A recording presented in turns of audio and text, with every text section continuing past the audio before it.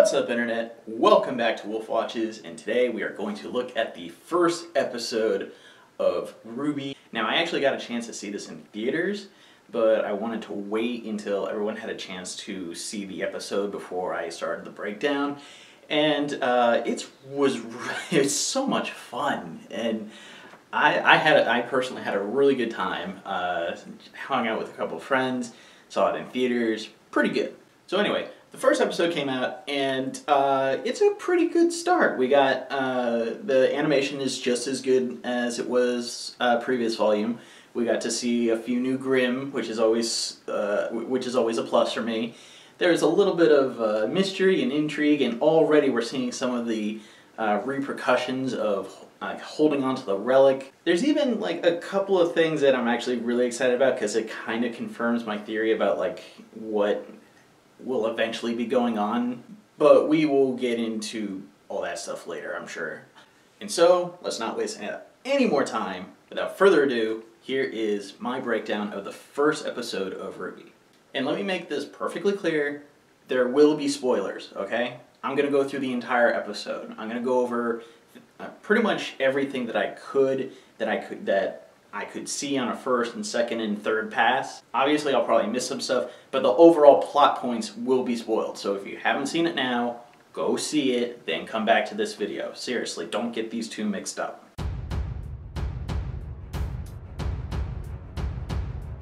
So the episode opens with a flashback, actually, to this train battle.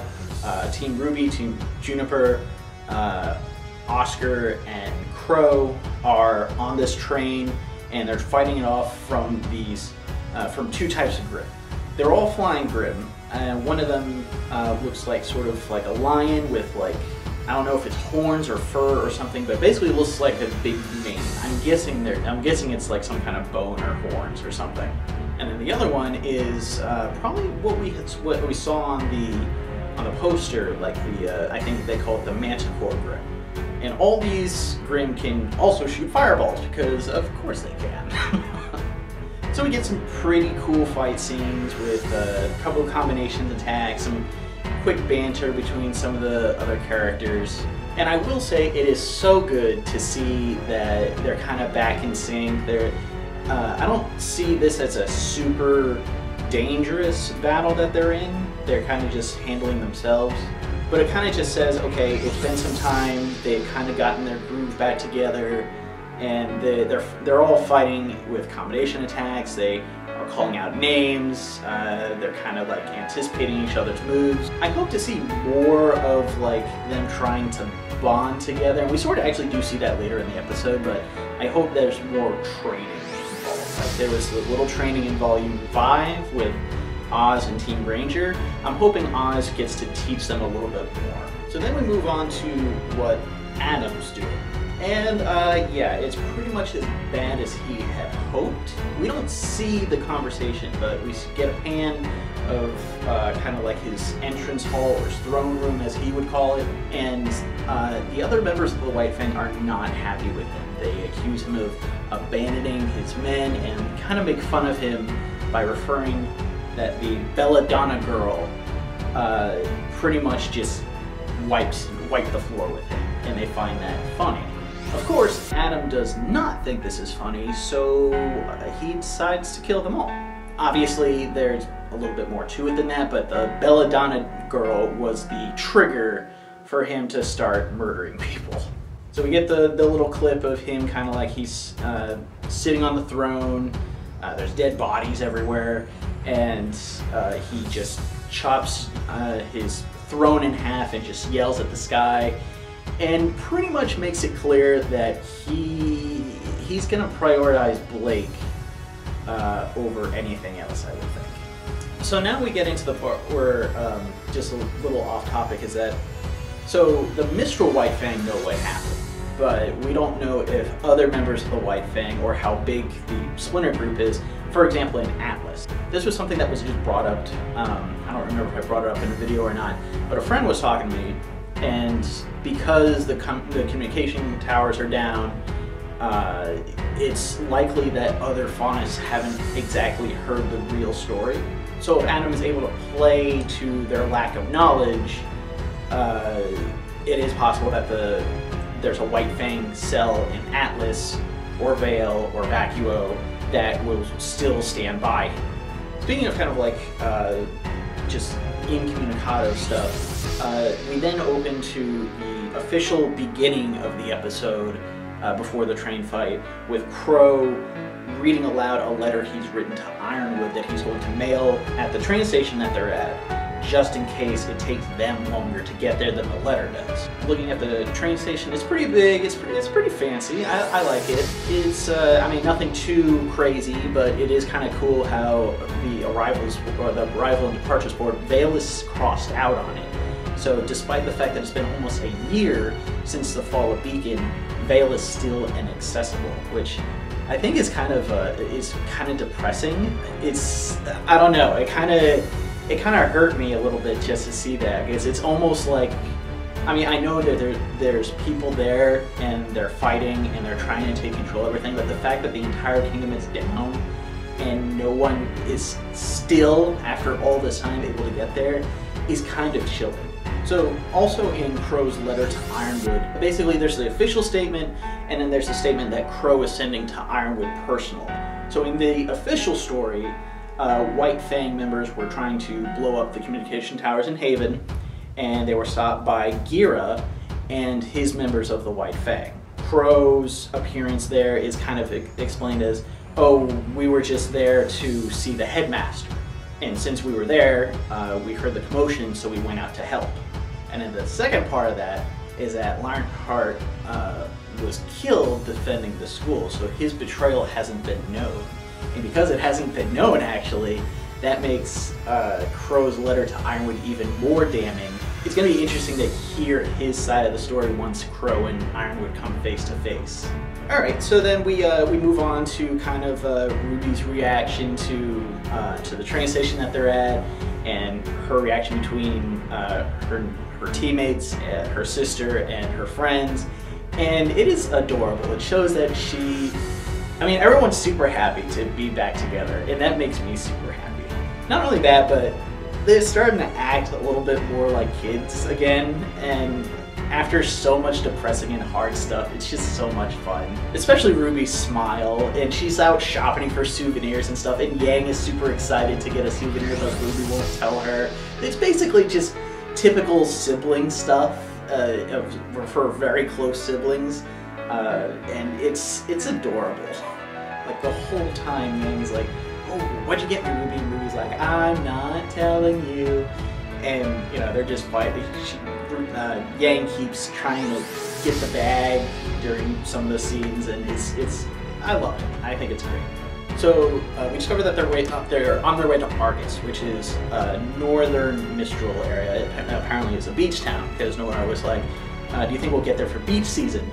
And Ren has this little thought bubble of him in a bathing suit with a beach ball. And I think that's great. We haven't had a lot of funny moments with Ren, and it's just the fact that he loves going to the beach and like that's like a daydream of his is great. I think that's great to add to his character, because we barely see anything from him. And of course, White is a little miffed at the fact that, you know, she just got out of Atlas. Now she's going right back to it. But then Ruby just kind of says, don't worry, Weiss, Team Ruby is going to stick close to each other, I promise. And that scares me. Again, I'm probably thinking way too much into this, but what will happen when when Weiss gets to Atlas and because they're going to see Ironwood, and what are the odds that they don't run into Jacques? Jacques is going to demand, he's going to split them up, he's gonna threaten, I can't see how Ruby is going to keep this promise, even though she totally would, and she will do her damnedest to make it happen, but all in all, she's still a kid. Yeah, Crow is with them, Oz is with them, but I still have no idea how Ironwood's going to react to Oz, and they're basically going up against the country. or against the kingdom. It makes me worried about the future episodes, because I mean, we're gonna get some drama with the Schnee family. There's no doubt. So then enter the Haven Huntsmen, Dee and Doug. These guys, doing a little bit of research, people have been associating them with Alice in Wonderland's the two twins, Tweedledee and Tweedledum, and that's kind of how they play off of each other. They act like they're big shots. They've probably just graduated or have just a few years under their belt. They're obviously not super professional, and they're actually using their position to kind of like shake down passengers. They're like, oh, you know, we'll keep you safe, but for a little extra fee, I can make sure that your car is a little bit more secure. And that's just like, that's not cool. That's not cool, guys. And Ruby and Juniper, not too impressed. And they give pretty much the look that everyone gave them. And Crow enters the picture and kind of tells them, hey, you know, buzz off. You're not big shots. You know, you got to protect people. You can't just like shake down. You can't do a shakedown. They get into it, and Crow actually shows his huntsman bags to kind of just shut them up. And that actually kind of brings up something that I'm wondering about. Do huntsmen have a ranking system? And if they do, does Crow have like the #1? Because I mean, they shut up immediately, so I assume that they know who he is or have an idea who he is. And just like, you know, when you ask for a huntsman, you explain what the difficulty is, but you don't know what kind of huntsman you're gonna get. So I wonder if like there's like a ranking system, you know, look, can these huntsmen, are they qualified to go after these kinds of missions? So I think that'd be really interesting if we get like a World of Remnant video kind of describing huntsmen, what the hierarchy may be, if there is any. And the whole time, again, Ruby and Yang are kind of being little kids and kind of just like making faces at Dee and Dudley while Crow is kind of giving them the dressing down, which is great. I love the fact that it kind of just hammers the fact that they're both sisters. Like they have the same attitude. It's these little moments that kind of just solidify things that we already know that I really love about this series. Just to cap things off, I feel that Oscar is growing more and more into his role as a fighter and as a protector, because even he kind of says, you know, we're here defending the Earth, and that's like a super huge responsibility, but I'm glad it's us and not those guys. So then we move on to the only person that, throughout this whole exchange, the only person that isn't there is Blake. And she is actually right on the bridge above them talking to Ilya, you know, basically saying a goodbye before the takeoff. While they're talking, Ilya kind of brings up Gira and the new movements from this new White Fang movement. So obviously Gira has kind of just taken back control of the White Fang. He's reestablished himself as leader. But the fact that they say new movement, I kind of wonder if that means that there's going to be a name change. So that'd be interesting to think about. As they're talking, it's pretty clear that Ilya has become a lot more centered. She's a lot more confident. She's just super grateful to Blake that she helped her through all this time when they were enemies. And of course, where would he be? Sun is there, and he also gives Blake a good sending off. And Neptune came with him, which not quite sure where he was the whole time. I mean, I guess it makes sense that since he was an exchange student from Haven, that he would be there. But I just don't know where he's been all this other time. Like, one thing that I was wondering if like Team Sun, like the entire Team Sun would be at Haven to help them defend against the White Fang, but that never showed up. So Neptune kind of leaves Sun and Blake to have their own private goodbye, especially after he sees Ilya and tries to casually, you know, do his lady man's thing. And Blake was nice enough to give us the ship name Wrong Tree. So Sun basically says that, hey, because of all the stuff that's happening, because I've been with you and I see you with your team, that kind of reminds me I'm the leader of Team Sun and I haven't been doing a very good job. I need to go back to Vacuo and Shade Academy and, you know, help out over there and train my team. Basically, he wants to better himself, and I think that's something that was definitely kind of a glaring flaw with him, that he pretty much just went and did whatever he wanted. He stowed away on a boat when he first came to Vale. He stowed away on a boat when he was following Blake, and just didn't involve his team at all. So I hope this means that we'll, maybe not in the next volume, but the volume, well, it could be next volume, but I would think that would be the volume after they get to Shade Academy, or in Vacuo at least, and they run into the entire team some, and this time Scarlet and Sage will actually have some screen time. Alright, now we're getting to the Black Sun. For the love of God, it does not confirm or deny either one. Basically, Sun just says, right now, you don't need me. And Blake is kind of really sad and says that the way that that's said, it's disappointing. Like, she will miss having Sun around, especially the fact that Sun has helped her in a friend way all this time. And Blake basically says, I hope to see you again soon. Gives him a little kiss on the cheek, and they go their separate ways. And even Neptune says, it kind of seems like you're giving up on this. And Sun is just like, it was never about that. It was just helping somebody. I think this is Rooster Teeth's way of basically prolonging the entire debate. But anyway, he just says, all right, we're gonna go to Shade, we're gonna train, I'm gonna be a good leader. And Neptune is just like, great.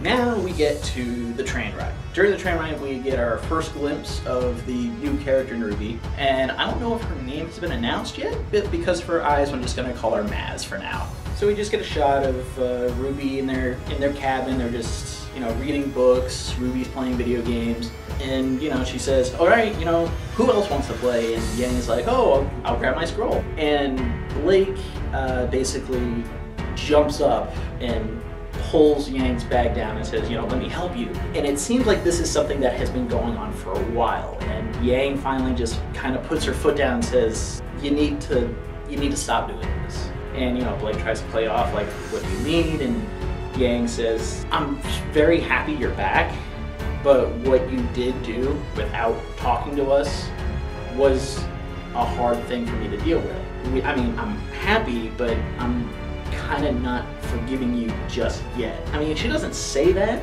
but that's kind of like the message she's bringing across. And I think that's great. Like, you can't, despite the fact it's only been like a couple weeks, like, this was a super hard thing for Yang. Just being able to like kind of turn around and solve it off screen would have been really disappointing for me. I kind of want to see how this plays out. But they do kind of, they do reinforce the fact that I am very happy you're back, and I do know that we can work this out. It's a very touching moment. And even Crow agrees, because he's right behind him holding a, I don't know if it's a margarita or martini or something. And even he offers to play video games with RWBY and Yang, which is great because one is a callback to Volume 3 when he first arrived and played video games with them, but it also shows that like he doesn't see these kids as really kids or a burden. He wants to hang out with them. He doesn't want to just like talk to Oz about strategy. He knows he wants to let loose, and what better way is to bond with his nieces or hang out with the other huntresses. So I think that's just really cool that he also likes to play video games. Unfortunately, at this moment, there's a Grim attack, and Crow spills his drink, and they decide to go kick their ass. So now we kind of jump back to kind of what the flashback was, but kind of more detail. We see more of the moves and stuff like that, but the highlights. First, we have the two Haven huntsmen that were in charge of guarding the train, and it's obvious that it's a little out of their depth. And Dee proves this immediately by getting killed immediately. Now, what we didn't see in the flashback part of it, but we see in this one, the train has turrets, it's got armor, and Dudley is able to use his scroll to kind of activate them, deactivate them. By the way, I'm just going to include Oscar in Juniper because his last name is Pine anyway, so it fits. But they're fighting off all the lion flying Grim, while Crow is dealing with the more massive Manticore. And it's neat in this because we actually see him turn into a bird at one point to evade one of the slashes from the Manticore. So it's cool that now that we know that that he can turn into a bird and stuff, that he's able to utilize that in combat. I think that's really neat. However, with Dudley turning on the turrets, and the turrets are all lined up along the car, it draws the Grim to the turrets, and in doing that, it draws the Grim towards passengers, and it's just very, very dangerous for them. Crow actually notices this immediately and tells Oscar to go tell him to turn it off, but Dudley is too scared and thinks that he can basically overwhelm the Grim with superior firepower before anyone from cars is in any danger. But right at this moment, some of the Grim peel off, and it turns out that there's a tunnel right up ahead, so everyone has to get off the train immediately. They all manage to do it, but Dudley swings in at the last second and actually breaks his arm on the tunnel while flying in. So all the huntsmen regroup, and Crow especially is really angry with Dudley because he's an amateur and he's not listening to Crow, a much more experienced huntsman, and it just kind of grows and grows off of that. RWBY sees the conflict brewing there, and she also notices the passengers, how scared they are, and they know that this doesn't help them. This doesn't help them get away from the Grim, and they need a clear and level head. And without even saying anything to Crow, she just calmly pulls him aside and asks kindly to Dudley to turn off the turrets and why he needs to do it. Crow was just kind of hammering it all in, and yes, justifiably he was angry, but at the same time, you can't just use anger to get what you want. It just causes the other party to get angry as well and push back, and less likely to help you. But RWBY calmly explains the situation. Jean even helps him by starting to use his semblance. Great semblance. Thank you for giving Jean a semblance. So Dudley's arm is being repaired, and he says, all right, fine, I will shut down those turrets. So the new plan is to get all the passengers to the front of the car, and then have Ren use his semblance, supercharged with John's semblance, to hide everyone on the train. The only problem is Ozpin finally reveals that the relic that they took from Haven is attracting Grim. And apparently this is news to everybody because they immediately say, why didn't you tell us this? The one who's most angry is Yang because, as we remember, she told Ozpin, no more secrets, no more half-truths, you gotta tell us everything. Which in this particular case, I think is a little unfair. I mean, she knew that once you had the relic, you'd be a target.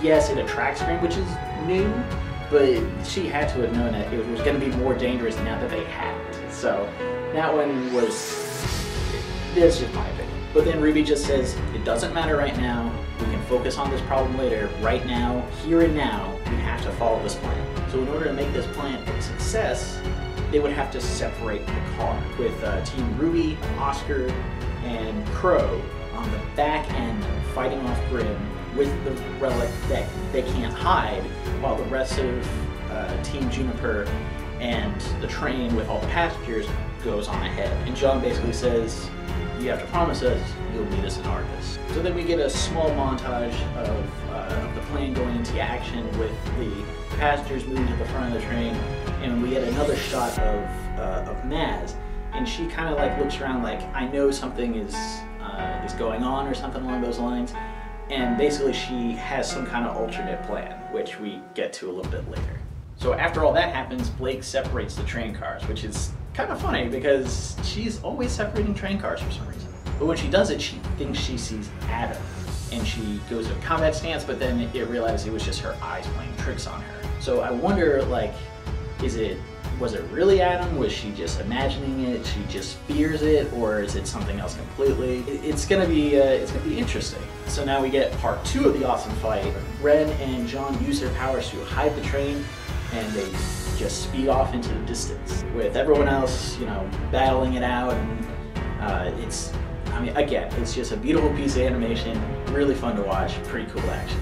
So now it comes down to Crow versus the Manticore, and Crow is having a little bit of trouble because Manticore is a little bit stronger than he anticipated. And this is when we get a wonderful team communication with Team RWBY, with Blake and Yang holding the Manticore down. Once uses her glyphs to freeze its wings, And then there's pretty awesome shots of Crow and RWBY blasting the frozen winds off of the Manticore, which is cool as hell. And then again, another cool awesome shot of both of them just flying through the air, doing spins and slicing it in half. Damn good, awesome fight. Unfortunately, bad luck would have it that a fireball flies, that a last second death fireball flies out, hits the train tracks ahead of the group, and destroys them. Weiss is able to minimize any injuries by using her semblance to kind of root them in place as the train derails and lands in the woods. Damn it, Crow, so unlucky. So as everyone kind of picks themselves up and kind of confirms that they're all okay, who would come out of the train car but Maz? And she's like, oh, that was a rough ride. And so that's the end of the episode. And yeah, I have a list of questions about you, Maz. Who are you and what are you? I initially thought when I did my analysis of the trailer that she is some scientist, but the way that she's dressed, it would be very unlikely now. She's kind of like a shaman thing going on, including a cane with a skull on it. So a new theory is shaman, gypsy, religious figure, but I mean she seems pretty old and she's survived that crash with no injuries. So is she trained? Does she have some powers? It's an interesting question. I have seen a few rumors online, and there could be something about her being a maiden. And my first initial reaction was no, but there's the two bits of information. One is pretty much with the trailer, which is again not concrete evidence, but it was brought up that there's a scene where it zooms in on Maz's eye and zooms in on RWBY's eyes. So that kind of hints at maybe she knows a little bit about whatever silver eye power there is. And then the other thing was just maybe she was a maiden in hiding and she just happened to be able to live for as long as she is, because we know that the power goes to mainly young women, but there's no age limit on that, so it's completely possible. So that wraps up all the questions I have about the episode, although I have to say, one thing I hadn't seen in the theaters, but I did see after the episode aired, was the new intro for RWBY, and it is great. I really, really, really enjoyed it. It was pretty cool, pretty awesome. I didn't want to bring up too much about it, but I just had like two things that are probably the biggest kind of focuses on the trailer already, and it's only been a week. And one of them is the mysterious figure that's been walking around in kind of like yellow robes and stuff like that. Seems like she's in hiding. And there were a couple of theories of whether it was Neo or Emerald or somebody else, because there was a scene with her and Roman's hat goes by. But looking at the trailer again, there's two scenes here and here that pretty much, to me, pretty much confirms that it's Cinder. I mean, no one else, she's had that unique sword before, and these bandages on her arms kind of look like a grip. So, I mean, just my opinion, but it seems pretty likely. The only other explanation is that maybe it's Emerald with the same powers as Cinder. And I only bring that up because it was one of my fan theories. But I do think it's Cinder. I want to believe that she survived and is kind of in hiding until she either recovers the relic or a maiden to kind of win back favor with Salem. She can't go back the way that she is. And then the other thing was this was a shot of several people who could be the original reincarnations of Ozpin. So I hope that we get some kind of history in terms of who he was and how this curse came to be. We only see 3 other people apart from Oz, and I think these are kind of like turning points in the lives that he has. So like the first one could have been his original life, his first one. The second one looks more military maybe, or council or something like that, so maybe there's like some kind of war going on. The third one, it seemed kind of studied, so I think that that's kind of like the first headmaster of Beacon, maybe when he first established it, and then his previous one as Professor Ozpin, and then his current as Oscar.